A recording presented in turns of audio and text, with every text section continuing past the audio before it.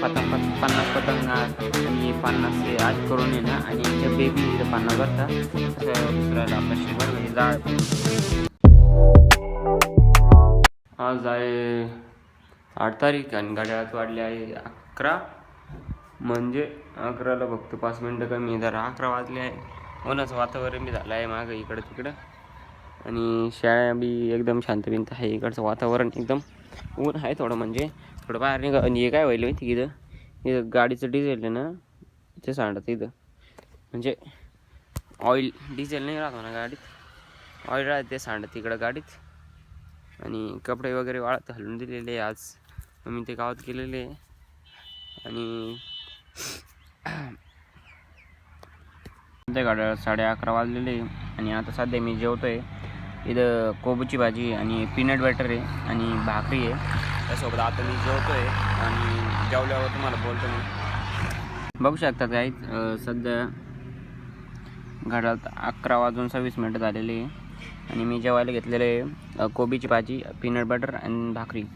सध्या मी जेवतोय. आता 11:30 वाजत आले असेल.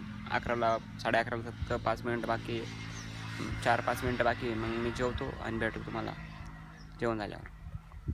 थोडी पतंगाची पॅकिंग झालेली आणि पतंग विकायला द्यायची आहे. 50 पतंग आणि 50 आज करून आहे ना, आणि झब्बे बी इथं 50 बरं का.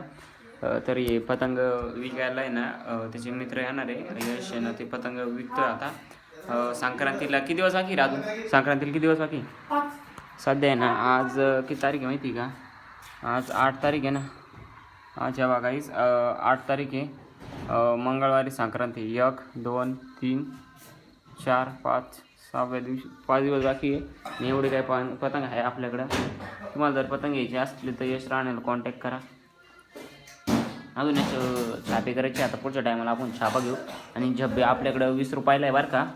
आणि पतंग थोडे फाटले होते, साईडला काढून टाकले आणि त्याच्यात काही चांगलं पतंग दिलेले आहे. आणि अशी पॅकिंग करायची आपल्याला. अजून एक चिकट टेप बी घ्यायचं आहे, ब्रँडिंग करायची चिकट टेपची. असं काही एवढं पतंग आहे आपल्याकडं. कॉन्टॅक्ट करू शकता यश राहण्याला.